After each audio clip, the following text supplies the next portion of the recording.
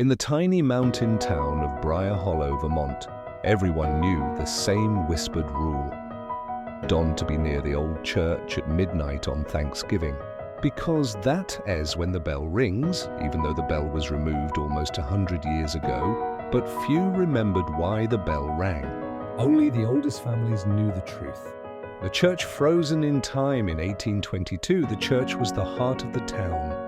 Every Thanksgiving, the villagers would gather for a great feast. Long tables, candles glowing, children laughing, old hymns echoing through the rafters.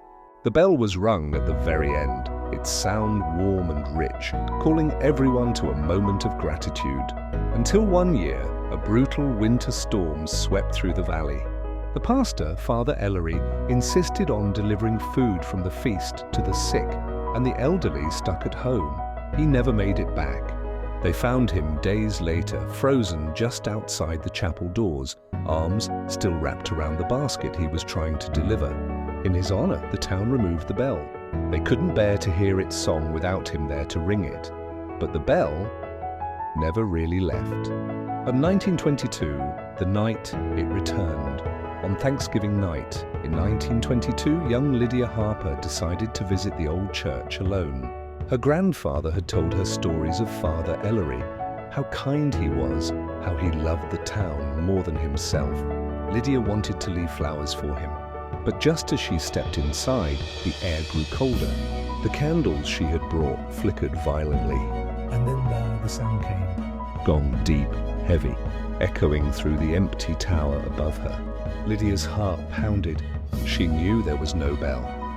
Yet the sound vibrated through the wooden floorboards beneath her feet.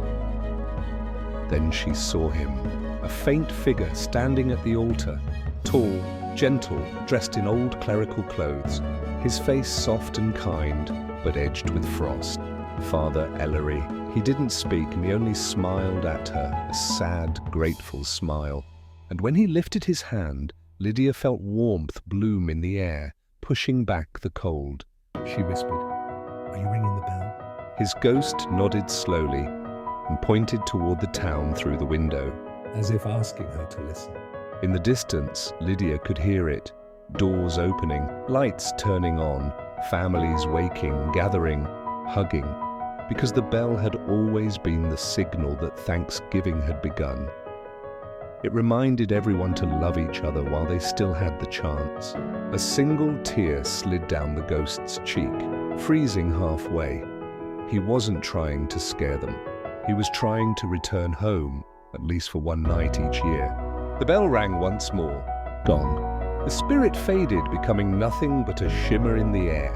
But for the first time since his death, Lydia felt something warm brush past her, like a hand ruffling her hair, like a father thanking her for remembering him. And today, every Thanksgiving at midnight, the bell still rings. Some say it's frightening, a ghost calling out across the winter dark. But the old families know the truth. It isn't a warning, it's a blessing. A reminder from a loving spirit who gave everything for his town. A reminder to gather close, hold each other tight, and never forget the ones who cared for you, even long after they're gone.